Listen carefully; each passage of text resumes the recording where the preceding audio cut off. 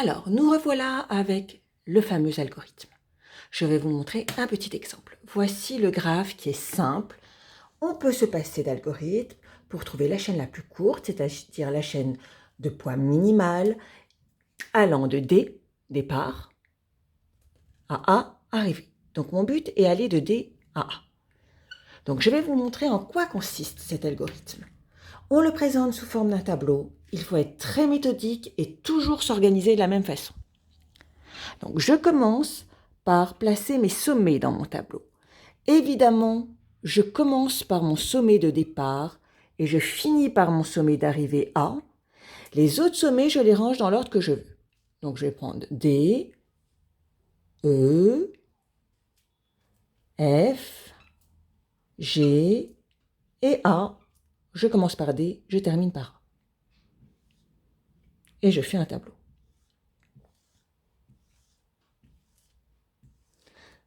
J'ai une dernière colonne où je vais choisir mon sommet à sélectionner.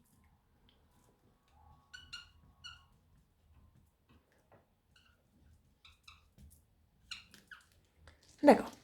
Alors, la phase d'initialisation est toujours la même. Je pars de D et je lui attribue comme poids 0, c'est-à-dire que je n'ai pas avancé. Vous imaginez un petit bonhomme qui doit se rendre de D à A en suivant les différentes routes possibles. Donc là, il est en D, il n'a pas bougé, il a fait 0 km.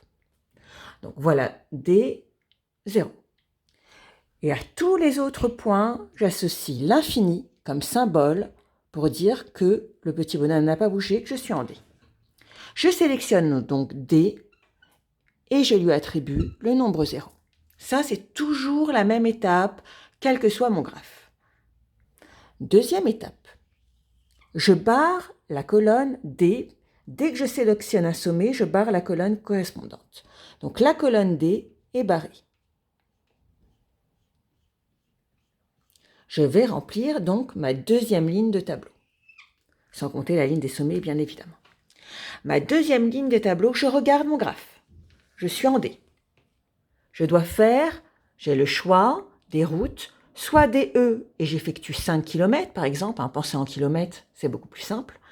Donc en E, je fais 5 en partant de D. D'accord ?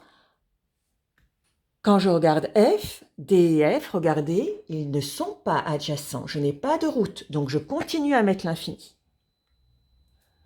DG. D et G sont adjacents. Et je parcours 10 en partant de D. Donc je mets 10 et je mets D. D et A ne sont pas adjacents, je laisse l'infini. Et là, je choisis comme sommet E, puisque c'est le sommet qui est attribué à 5, alors que le G est attribué à 10. Donc je choisis le nombre le plus petit, c'est 5, donc je choisis comme sommet E. Et j'affecte à E le nombre de kilomètres parcourus en partant de D, c'est-à-dire 5.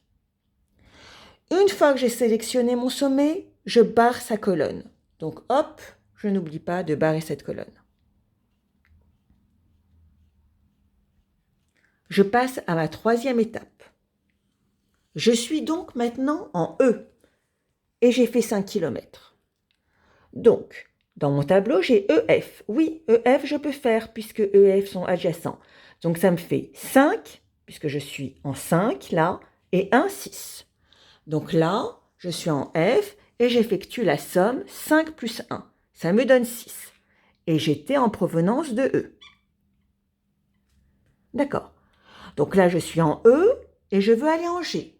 E et G sont adjacents. Je parcours 3 km en partant de E et en ayant déjà parcouru 5 km.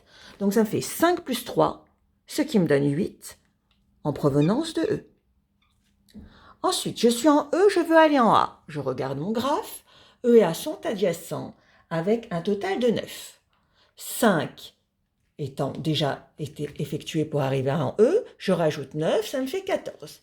Donc je remplis 14 en provenance de E.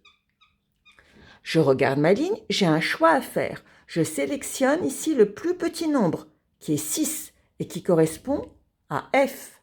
Donc, je sélectionne F, auquel j'attribue 6.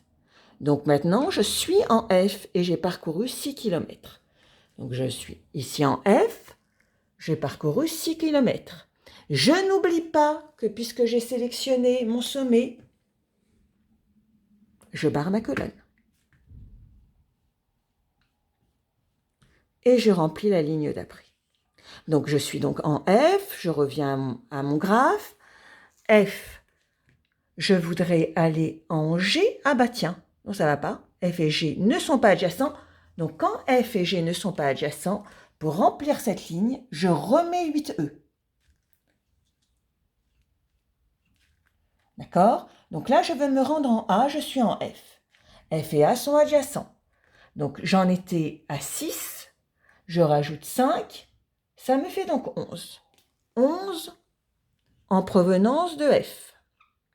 Je regarde ma ligne. Je sélectionne le plus petit, qui est 8, qui correspond à G. Sommet sélectionné G, avec un poids de 8. Je barre ma colonne, où il y a G. Et maintenant, je suis en G. Et je veux aller en A. Donc, je suis en G avec un poids de 8. 8 plus 2, 10. 10 que je compare à 11, qui est plus petit. Donc, je vais choisir 10. Et là, j'étais en provenance de G. D'accord? Donc, j'ai réussi. Là, j'arrive en A en ayant effectué 10 km. D'accord? Alors, pour remonter en A, je suis passé par G. Je me retourne donc dans la colonne des G. En G, je redescends. Ah ben, je suis passé par E. En E, je regarde. Ah, ben, je viens de D. Donc, ça me fait D, E, G, A. D, E, G, A. Et donc, ma plus courte chaîne, c'est-à-dire la chaîne de poids minimum. Et on vérifie. D, E, G, A. Ça fait 5. Ici, plus 5, ça fait bien 10. Voilà pour ce petit exemple.